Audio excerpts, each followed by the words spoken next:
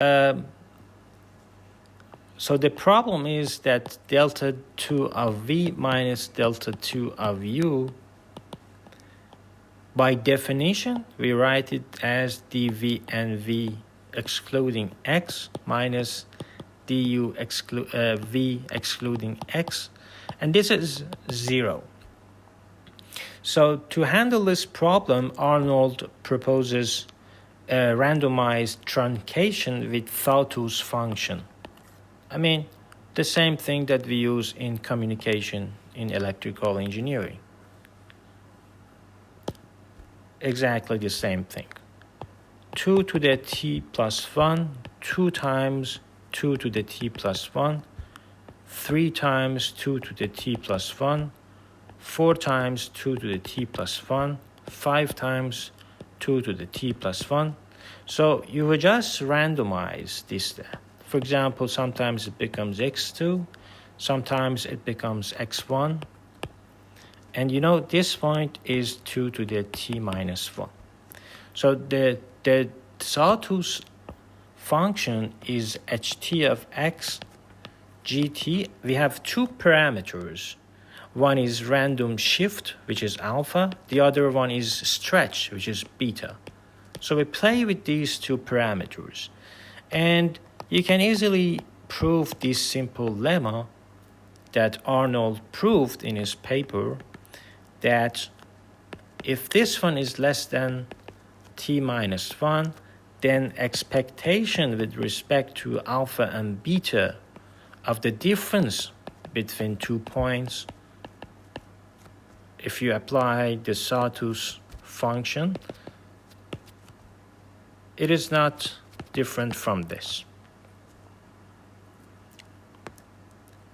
And so you can say that, okay, the expectation of ht of delta 2 of V minus ht of delta 2 of U, by definition, this is just the difference between delta 2 of U, and this is distance between U and V.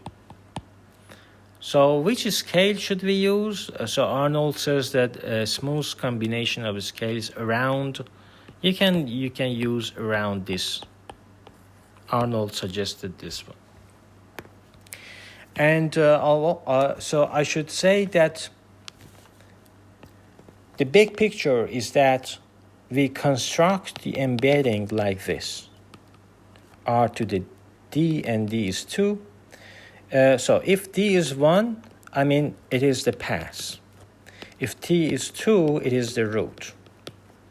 So if X1 and XS in Xi plus 1 be connected components of G, X excluding P of X, because we are removing the path, if they are connected components, so we can define. So let me give you an example. This is a path, P of X. So removing that creates two components, X1 and X2. So here S is 2. We have two components only. So the embedding is designed like this. We say that F path, the xj coordinate of this embedding, of course for a vertex V, is if V is in that cluster, we say that the value is minimum of distance between V and Px and 2 dg dx between V and V excluding X to the outside. So this term is used to bound it, to make it bounded as I described before.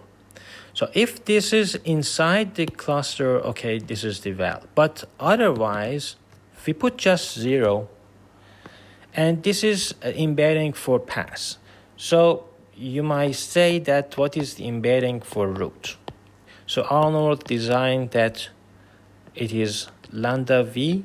GT, I recall that GT is the Sawtooth function, and so it is b dx of v and r plus alpha times 2 to the t plus 1 for t is equal to t plus 1. And if t is equal to t of v, then it becomes 1 minus lambda v times gt of beta dx v and r plus alpha 2 to the t plus 1. Otherwise, we put 0.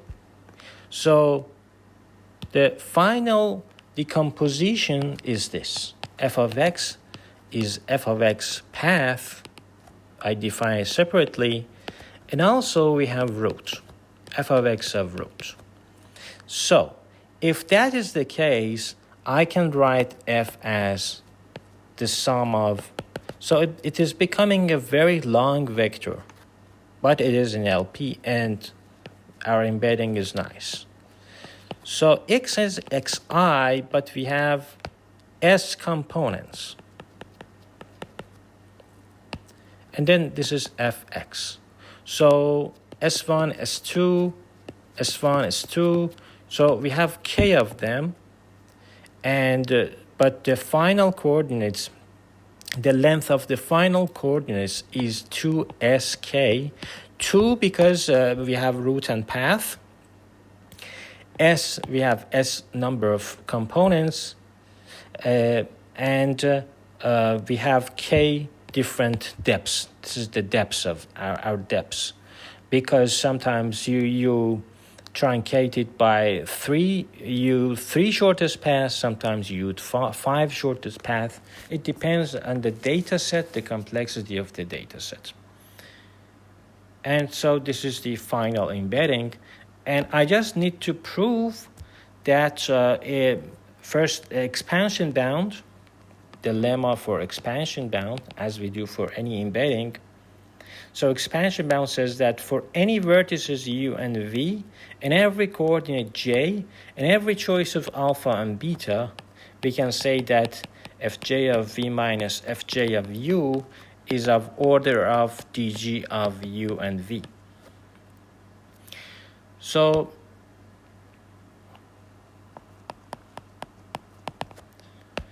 to prove that, we consider any set x in xi. It suffices to show that the L infinity norm of xv minus fxu is order of dg u and v.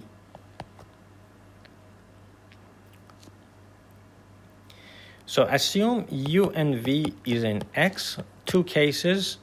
One, u is not in x, but and v also is not in x. Then, so we say according to that the embedding, I can say that f of v and fx of u, both of them are 0, according to the definition of the embed. If one of them is not in x, but the other one is inside x, for this, we can say f of x of u is 0, but f of x of v is bounded. Is bounded by in each coordinate, and so dg, v, and v excluding x, this is less than 4 dg, u, and v, but it is greater than 2 to the tv plus 1.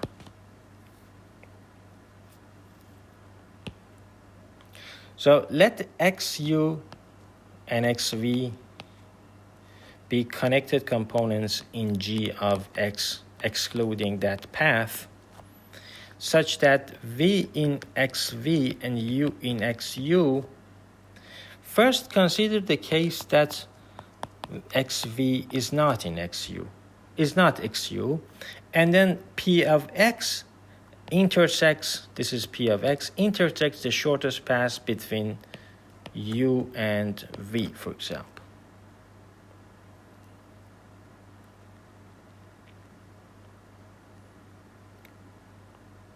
So we can say that the infinity norm of f of x and v and f of x and u, but for the path components, is less than, by definition,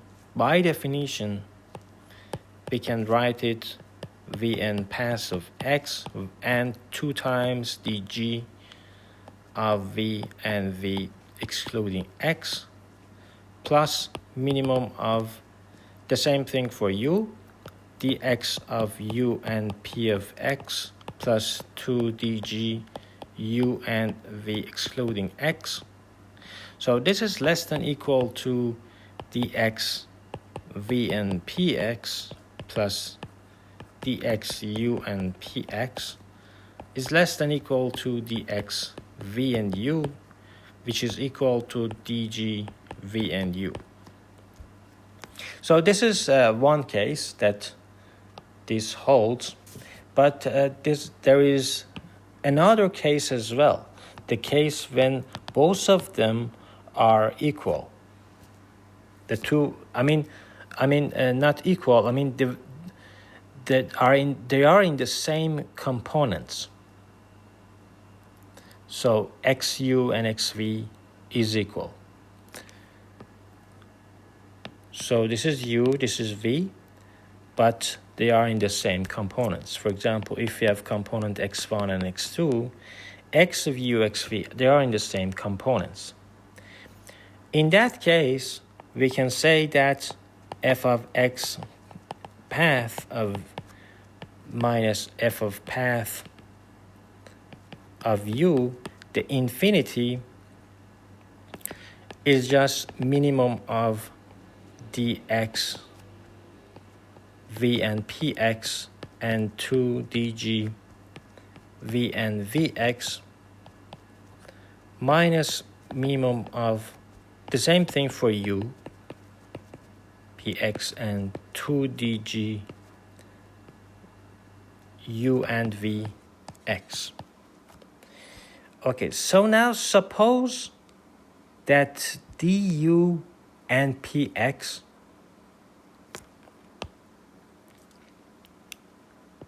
suppose that this one is less than equal to 2 dg u v and x. So this one is less than this one. Then we get that this f of v minus f of u infinity is minimum of dx v and path v and v excluding x minus the u and px is less than equal to v and px u and px less than u and v u and v. And we are done. And it remains to say the third case where dx u and p of x is greater than 2 dg u v excluding x. And then the difference of u and v, of course, all of them are path, is minimum of dx v and px and 2 dg v and v excluding x minus 2 dg u and v excluding x, and this is less than 2 dg v and v excluding x minus 2 dg u and v excluding x, and this is less than because the expansion is bounded u and v. So that is enough. I want to talk about Kubatovsky embedding. So until now, only computer scientists were interested in these theorems. But from now on, Kubatovsky embeddings, it is embedding into Banach space, and Banach space is a geometric space, and we can do lots of things on that. That's why it is interesting for mathematicians. So we have phi from x to cb of x, bounded continuous function with supremum norm as usual. Then phi of x of y is equal to dx and y, dx is 0 and y, but x0 is just a point. And we can delete this, but we use it just for boundedness. And the theorem says that every endpoint metric space embeds isometrically into L infinity. This is the theorem. And let's prove it that it is isometric, and we don't need any to care about distortion because it is isometric. The least distortion, no distortion. So let V be V1 to Vn, and we defined, as I said before, Vi and Vj. So f of Vj is like this. f1 of Vj, fn of Vj is like this. So the claim is that for any Vi and Vj, we have f of Vi minus f of Vj. The L infinity is greater than d of Vi and Vj. The proof is very simple because f of Va minus f of Vj, the L infinity norm, is maximum of fk Vi minus fk Vj by definition, and this is greater than fi Vi minus fi Vj again by definition, and this is dvi Vj. So another claim is that we want to, for any Vi and Vj, we have f of Vi minus f of Vj is less than d Vi and Vj.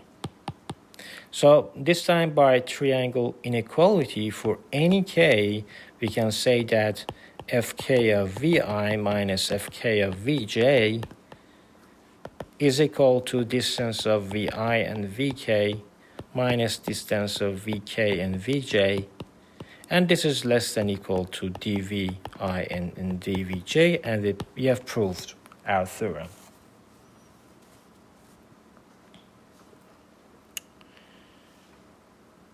And okay, that was a nice embedding. My favorite embedding is Frechet embedding. I really enjoy this embedding. Because it is very general, and you embed it into LP, which is very practical for practical experiments in machine learning. So this one consists of k functions of fi.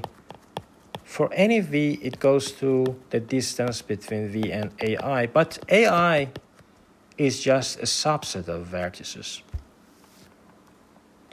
So many algorithms of computer scientists who are working on embedding is inspired by this Frechet embedding, but they don't use the term Frechet embedding because they just modify it a little bit, and that's another story. So the fact is that Frechet embeddings, so we have a V and we have A, and this is the minimal. So the fact is Frechet embedding are non-expanding for a single coordinate. Fi of u minus fi of v is less than equal to distance between u and v for any I. So the proof is very simple because we just use the triangle inequality and say that U and A, distance between them, is less